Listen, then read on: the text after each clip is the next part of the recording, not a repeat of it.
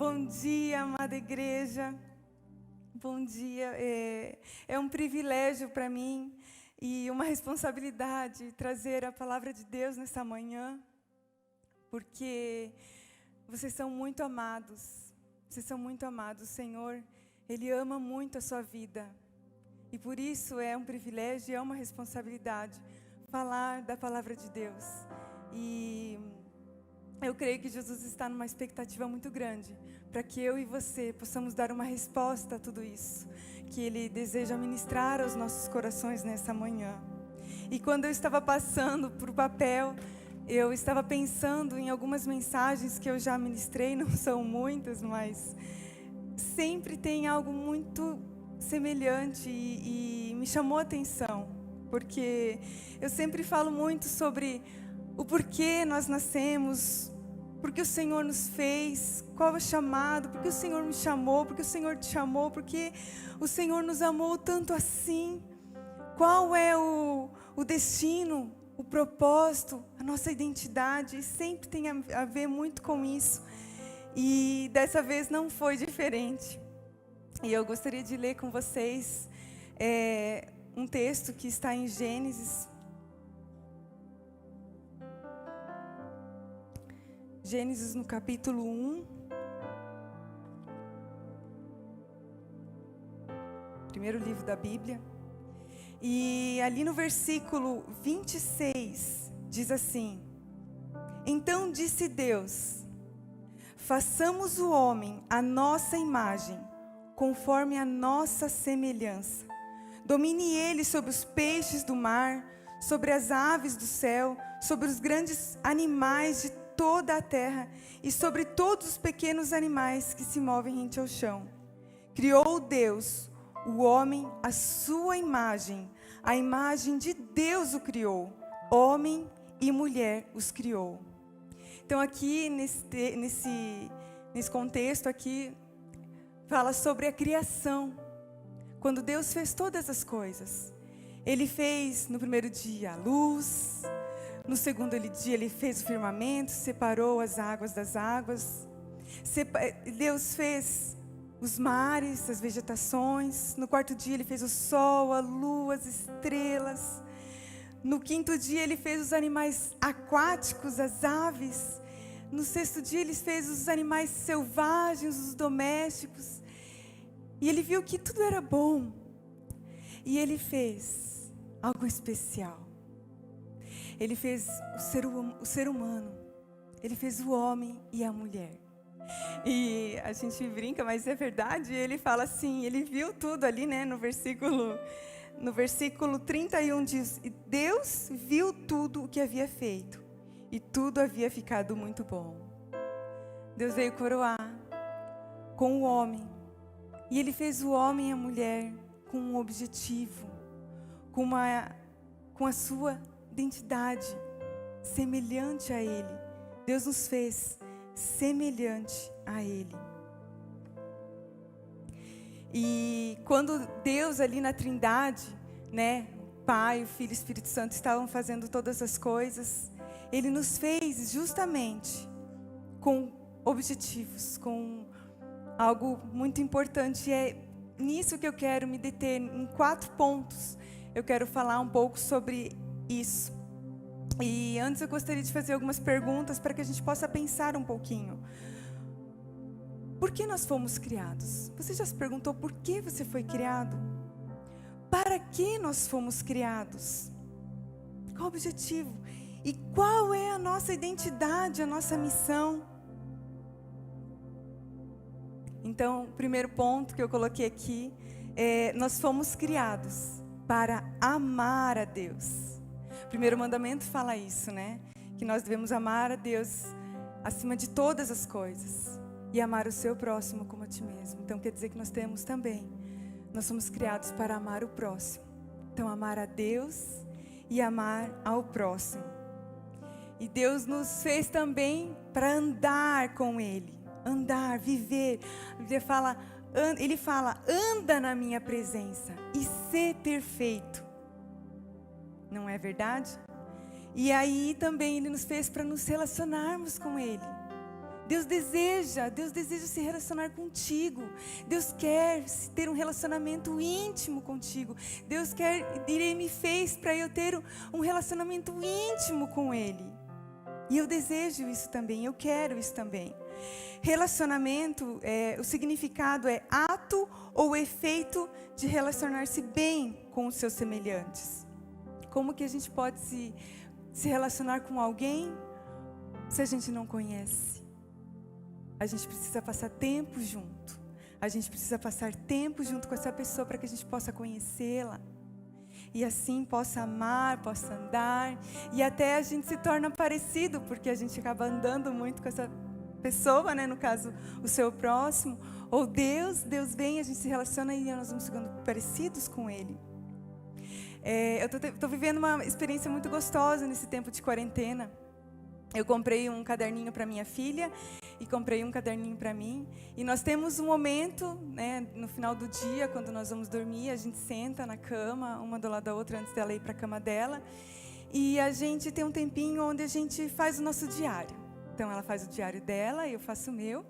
E a gente depois compartilha, né, isso. Então, a gente escreve ali o nosso dia e depois os pontos bons, né, as coisas boas que aconteceram e as ruins.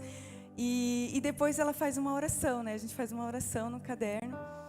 E eu tenho lido essas coisas que ela tem escrito nesse caderninho. E são orações tão sinceras, tão profundas. E muitas vezes ela fala assim, hoje nem teve nada de ruim, assim. Então, às vezes a gente até fica pensando, será que fez alguma coisa? Não, mas ela lembrou e Deus fez com que ali ela pudesse ter um tempinho com ela. Então, o relacionamento dela é comigo, né? É horizontal e vertical. Quando ela também tem esse relacionamento com Deus, onde ela para tudo e escreve uma oração linda para o Senhor. Ela faz essa oração linda.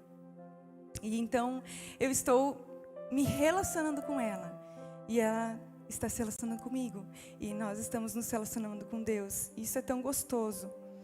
E nós só teremos um relacionamento com Deus quando nós passamos a tirar um tempo para ter um tempo a sós com Deus.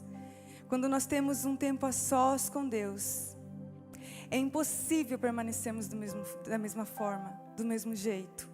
Nós somos transformados porque nós estamos nos relacionando com Deus Santo. E essa santidade nos transforma. Essa santidade nos transforma. Esse amor que vem sobre nós quando nós estamos nos relacionando com Ele, quando nós estamos tendo um tempo a sós com Ele, nos constrange e nos dá vontade de mudar. E às vezes a gente coloca ali, ai Deus, tem coisas ainda aqui que precisam ser mudadas, eu não queria fazer mais isso. E nós podemos ser sinceros ali diante de Deus. E com certeza Deus vem e transforma os nossos corações, a nossa ótica, o nosso jeito de olhar as coisas, o nosso jeito de sentir as coisas. Deus revela as suas misericórdias. Deus revela o quanto nós somos dependentes dEle. E que sem Ele nós não podemos viver. Nesse tempo nós nos rendemos e somos transformados. Nesse tempo a santificação acontece nas nossas vidas. A Bíblia fala, sede santos. Deus fala, sede santos como eu sou santo. E isso acontece quando nós nos relacionamos com Deus. Em Salmo 24, eu quero ler com vocês, diz assim no versículo 1. Do Senhor é a terra e tudo o que nela existe, o mundo e os que nele vivem. Pois foi Ele quem fundou-a sobre os mares e firmou-a sobre as águas. Quem poderá subir ao monte do Senhor? Quem poderá entrar no seu santo lugar? Aquele que tem mãos limpas e o coração puro, que não recorre a ídolos, nem jura por deuses falsos. Ele receberá a bênção do Senhor, e Deus, o seu Salvador, lhe fará justiça. São assim aqueles que buscam a tua face, ó Deus de Jacó. Então ali Davi, quando faz esse salmo, ele se depara com a grandiosidade de Deus e ele percebe que tudo aquilo que ele está vendo, tudo é de Deus, tudo Deus fez. E ele percebe ali a grandiosidade, o poder de Deus. E ele fala: mas quem poderá subir ao monte do Senhor? Um Deus tão grande, um Deus tão santo, quem? Aquele que tem mãos limpas e um coração puro. Mãos fala de obras. É aquilo que a gente faz no nosso dia a dia. É aquilo que a gente faz com as nossas mãos, mas age. Fala sobre ação. E coração fala sobre mente, pensamentos. E nós precisamos ser transformados na nossa maneira de pensar e na nossa maneira de agir. Como isso? Como podemos ser transformados? A palavra fala que nós somos limpos pela palavra de Deus. Quando nós lemos a Bíblia, quando nós buscamos conhecer a Deus através daquilo que Ele nos deixou, que é a sua própria palavra. E em Romanos 12 diz assim no versículo 1: portanto, irmãos, rogo-lhes pelas misericórdias de Deus, que se ofereçam em sacrifício vivo, santo e agradável a Deus. Este é o culto racional de vocês. Não se amoldem ao padrão deste mundo, mas transformem-se pela renovação da sua mente, para que sejam capazes de experimentar e comprovar a boa, agradável e perfeita vontade de Deus. Só vamos ter realmente isso, conhecer a vontade de Deus, que é tão boa, tão perfeita, tão agradável, quando nós somos transformados pela palavra de Deus, quando a gente não se amolda, quando a gente não deixa os pensamentos que são do mundo entrar e ficar. Mas quando nós somos lavados, quando nós estamos lendo a Bíblia, nós somos lavados, a nossa mente é lavada nessas águas, e nós podemos pensar como Ele pensa. Agora, se você só ficar ali, na frente da notícia, na frente da televisão, só ficar conversando conversas toscas, bobas, que não acrescentam, que não edificam, não tem como ser transformado. A gente precisa ser lavados. Leia a Bíblia, ela é vida para a sua vida. E o segundo ponto que eu queria abordar aqui: nós somos criados para ser adoradores. Se nós somos chamados para sermos adoradores, nós precisamos conhecer a quem nós estamos adorando. E aqui eu gostaria de ler com vocês João 4, 19 e 24. Aqui Jesus, ele vai a um poço. Ele e seus discípulos ali estavam andando, e de repente ele para ali no poço. Os discípulos vão então comprar comida, e eu vou ler aqui com vocês no versículo 7. Nisso veio uma mulher samaritana tirar água. Disse-lhe Jesus: dê-me um pouco de água. Os seus discípulos tinham ido à cidade comprar comida. A mulher samaritana lhe perguntou: como o Senhor, sendo judeu, pede a mim, uma samaritana, água para beber? Pois os judeus não se dão bem com os samaritanos. Jesus lhe respondeu: se você conhecesse o dom de Deus e quem lhe está pedindo água, você lhe teria pedido e ele lhe teria dado água viva. Disse a mulher: o Senhor não tem com quem tirar água. O poço é fundo. Onde pode conseguir essa água viva? Acaso o Senhor é maior do que o nosso pai Jacó, que nos deu o poço do qual ele mesmo bebeu, bem como seus filhos e seu gado? Jesus respondeu: quem beber desta água terá sede outra vez. Mas quem beber da água que eu lhe der, nunca mais terá sede. Ao contrário, a água que eu lhe der se tornará nele uma fonte a jorrar, e jorrar para a vida eterna. A mulher lhe disse: Senhor, dê-me dessa água, para que eu não tenha mais sede, nem precise mais voltar aqui para tirar água. Ele lhe disse: vá, chame o seu marido e volte. Não tenho marido, respondeu ela. Disse-lhe Jesus: você falou corretamente, dizendo que você não tem marido.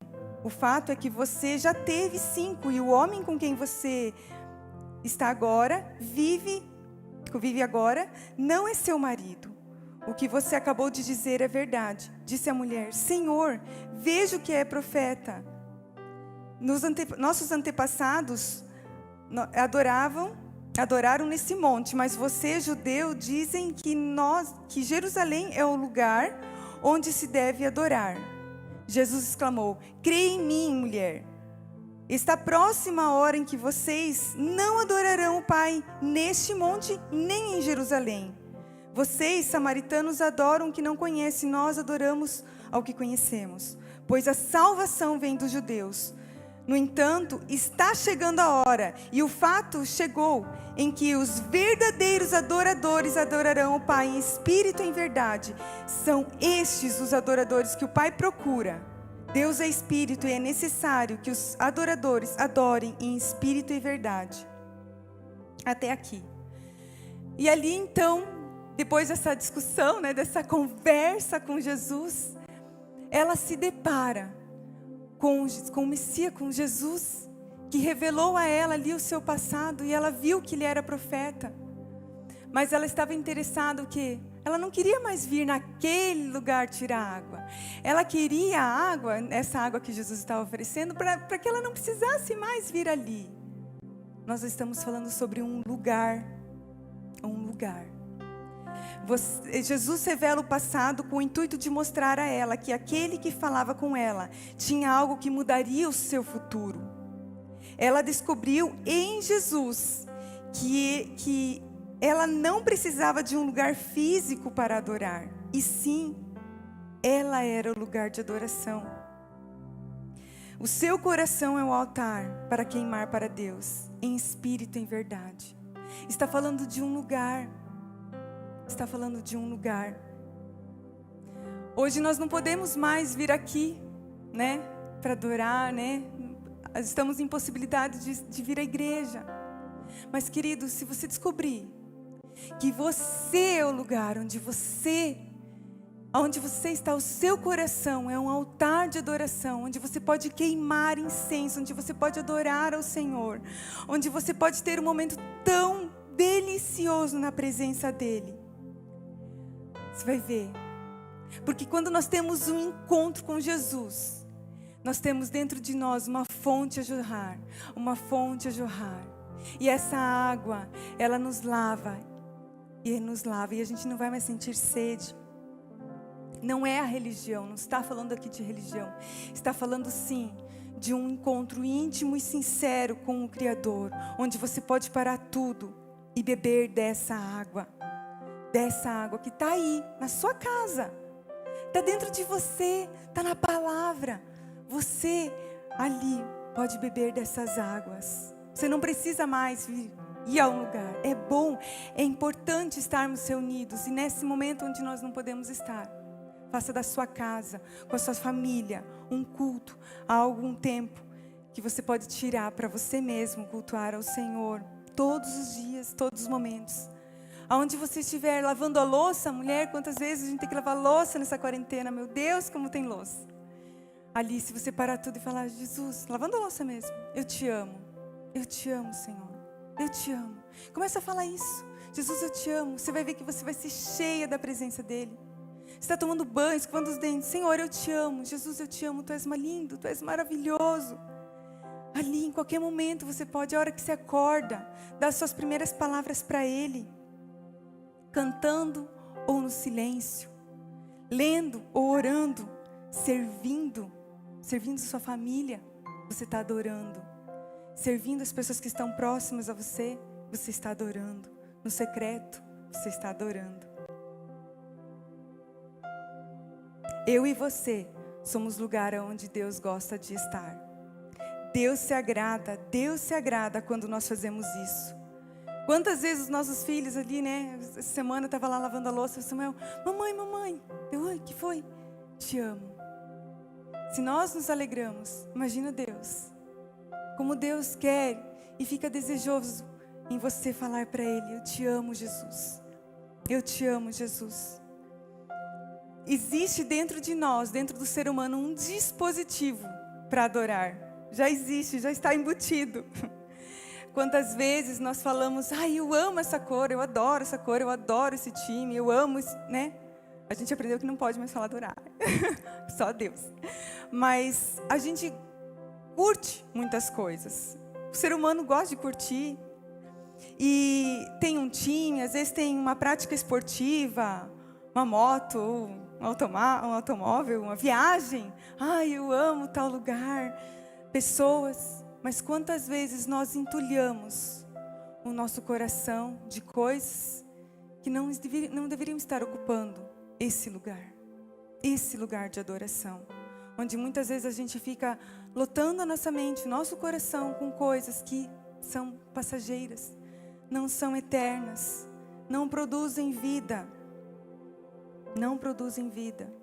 E é aqui que eu queria entrar no terceiro ponto e ler com vocês Marcos 11, 15 e 17.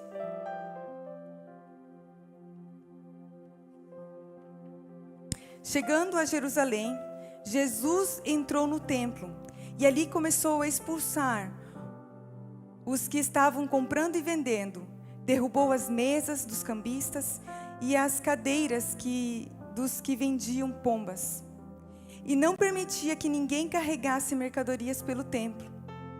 E os ensinava dizendo: não está escrito? A minha casa será chamada casa de oração para todos os povos, mas vocês fizeram dela um covil de ladrões.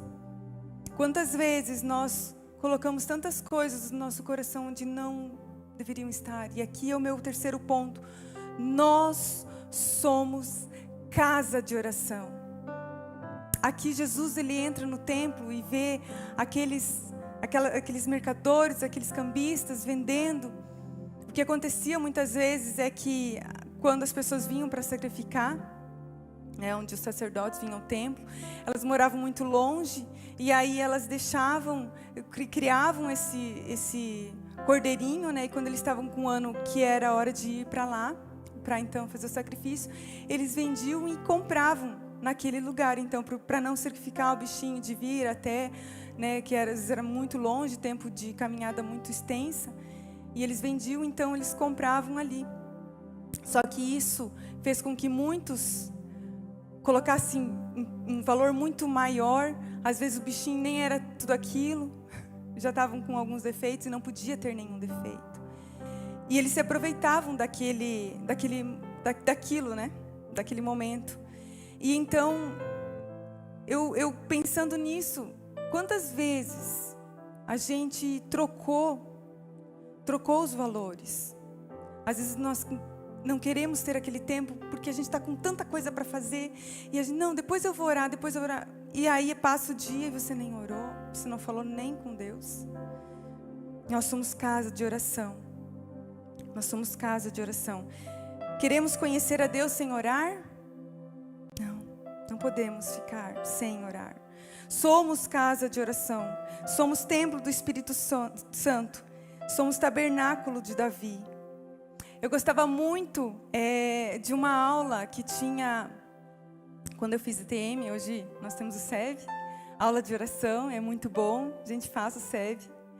Mas eu lembro que quando nós tivemos essa aula de oração, quem deu pra gente foi o Peter. Os mais antigos vão lembrar. E eu gostei muito daquela aula. Aquela aula me chamou muito a atenção. E ele falava assim: quando você está dormindo, sono gostoso assim, e aí você é acordado. Aí o Espírito Santo, que comunica ao nosso espírito, pois nós somos formados de espírito, alma e corpo, ele fala para o espírito: vamos orar? Vamos orar? Aí o espírito: vamos orar, eu amo a Deus, eu quero a Deus, vamos orar. Aí ele fala com a alma: alma, acorda aí, vamos orar? Pode ser amanhã, quando eu acordar, tá tão quentinho aqui. E eles começam a discutir. Não, você precisa orar, Deus está falando, quer falar com você, Deus quer se revelar a você, vamos. E a alma: não sei, tá tão quentinho aqui, eu não quero levantar. Aí ele vai, então, falar com o corpo, Corpo, acorda aí. O corpo nem se mexe, finge que está dormindo, maior sono profundo. E assim muitas vezes o nosso dia a dia, o Espírito quer, ele clama, Abba Pai, ele quer orar. Mas a nossa alma fica ali brigando, há uma guerra. E às vezes a gente deixa passar esse tempo. Mas deixa eu te contar uma coisa, deixa eu te dar uma dica. Quando você acordar de madrugada e não conseguir dormir, vai para a sala, vai orar. Depois você vai dormir, vai vir um sono gostoso, reparador, você vai dormir. Mas não deixe esse tempo. Não deixe. Eu sei que agora está friozinho, está gostoso, difícil sair da cama, eu sei como é que é. Mas é tão bom, é tão bom. Depois, quando você volta para a cama, fala, ai, obrigada, foi delicioso, foi muito bom, Deus. Então a gente precisa silenciar a voz, muitas vezes, do nosso, acordar o nosso corpo, fazer ele levantar, silenciar um pouquinho as nossas vozes e falar, Deus, eu estou aqui, eu quero te ouvir, eu quero te obedecer. E quando a gente não tem vontade, acontece lá em casa também. Romanos 8, 26 e 27 diz assim, da mesma forma, o Espírito nos ajuda na nossa fraqueza, pois não sabemos como orar. Mas o próprio Espírito intercede por nós, com gemidos inexprimíveis. E aquele que sonda os corações conhece a intenção do Espírito, porque o Espírito intercede pelos santos, de acordo com a vontade de Deus. E eu quero te dizer que você pode contar com o Espírito Santo, que Ele te encha, que Ele fale com você, que Ele fale comigo, e que Ele nos ensine a orar. Ele está orando, Ele está intercedendo por nós, Ele está nos ajudando na nossa fraqueza, E aí, falando justamente sobre isso, eu quero entrar no nosso quarto ponto, que é somos mais que vencedores. O meu quarto ponto é, somos mais que vencedores. Eu e você somos mais que vencedores. E aí eu gostaria de ler no último texto. Diz assim, Romanos, capítulo 8, versículo 28. Eu vou ler um pouquinho e eu gostaria que você, em casa, feche os seus olhos e escute essa palavra. Deixa o Espírito Santo ministrar o teu coração enquanto eu vou ler esse texto. Que você possa pegar isso no teu espírito para essa semana, para a sua vida, para o seu dilema que às vezes você está vivendo. Tome posse do que é seu. Diz assim, sabemos que Deus age em todas as coisas para o bem daqueles que o amam, dos que foram chamados de acordo com o seu propósito. Pois aqueles que de antemão conheceu, também os predestinou para serem conformes à imagem do seu Filho, a fim de que ele seja o primogênito entre muitos irmãos. E aos que predestinou também chamou, aos que chamou também justificou, aos que justificou também glorificou. Que diremos, pois, diante dessas coisas? Se Deus é por nós, quem será contra nós? Aquele que não poupou o seu próprio Filho, mas o entregou por todos nós, como não nos dará juntamente com Ele e de graça todas as coisas? Quem fará alguma acusação contra os escolhidos de Deus? É Deus quem nos justifica. Quem os condenará? Foi Cristo Jesus que morreu, e mais, que ressuscitou e está à direita de Deus, e também intercede por nós. Quem nos separará do amor de Cristo? Será tribulação, angústia, ou perseguição, ou fome, ou nudez, ou perigo, ou espada? Como está escrito, por amor de ti enfrentamos a morte todos os dias, somos considerados como ovelhas destinadas ao matadouro, mas em todas estas coisas somos mais que vencedores, por meio daquele que nos amou.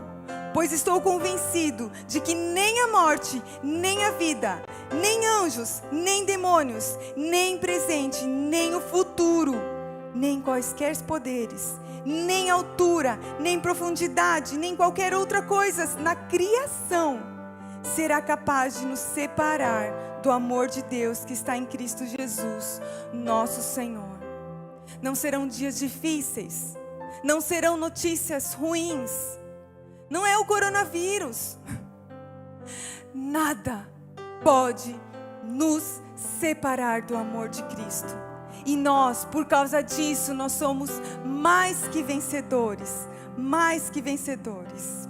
E quando eu estava preparando essa palavra, eu vi um desenho do Sam, e eu gostaria que vocês vissem. É o desenho assim, que foi feito por ele, mas a caneta assim, eu vi que eu estava preparando lá no quartinho dele. E eu queria mostrar para vocês, porque me fez refletir em algo. Eu vou deixar aqui para a câmera conseguir focar.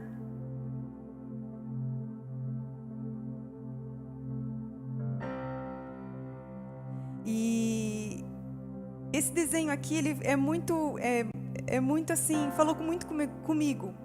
Porque nós estamos vivendo aqui a nossa vida, mas se nós confessamos a Jesus como Senhor e Salvador nas nossas vidas, nós também estamos assentados com Cristo nos lugares celestiais. Nós não estamos só aqui, nós estamos sentados com Cristo nos lugares celestiais. Então, querido, não se preocupe, não se alarme, você é mais que vencedor. Você é mais que vencedor porque você está assentado com Cristo nos lugares celestiais. E esse texto é o que fala sobre isso. Deus nos ressuscitou com Cristo e com Ele nos fez assentar nas regiões celestiais em Cristo Jesus. E agora, para minha conclusão, eu quero lembrar desses 4 pontos. Fomos criados então para amar a Deus, nos relacionar com Ele, amar ao nosso próximo, servir a Deus, servir o nosso próximo. Nós fomos criados para adorar a Deus. Nós fomos criados para ser a casa de oração. E também nós somos mais que vencedores. Mas eu quero convidar agora você que está me escutando, caso você não tenha se sentido assim, caso você não está se sentindo tão vencedor assim, está vivendo uma vida difícil onde você não tem sentido a presença de Deus, talvez porque você nunca confessou a Ele como Senhor e Salvador da sua vida e precisa fazê-lo. Então eu quero te convidar a fazer isso. Ore comigo assim. Você que precisa se reconciliar com Jesus, faça essa oração também. Faça comigo essa oração, você que está em casa. Diga assim: Senhor Jesus, eu creio que Tu vieste ao mundo, viveu e morreu pelos meus pecados e ressuscitou no 3º dia.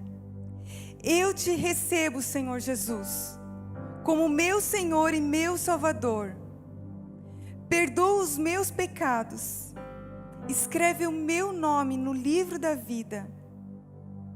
Espírito Santo, enche-me nessa hora.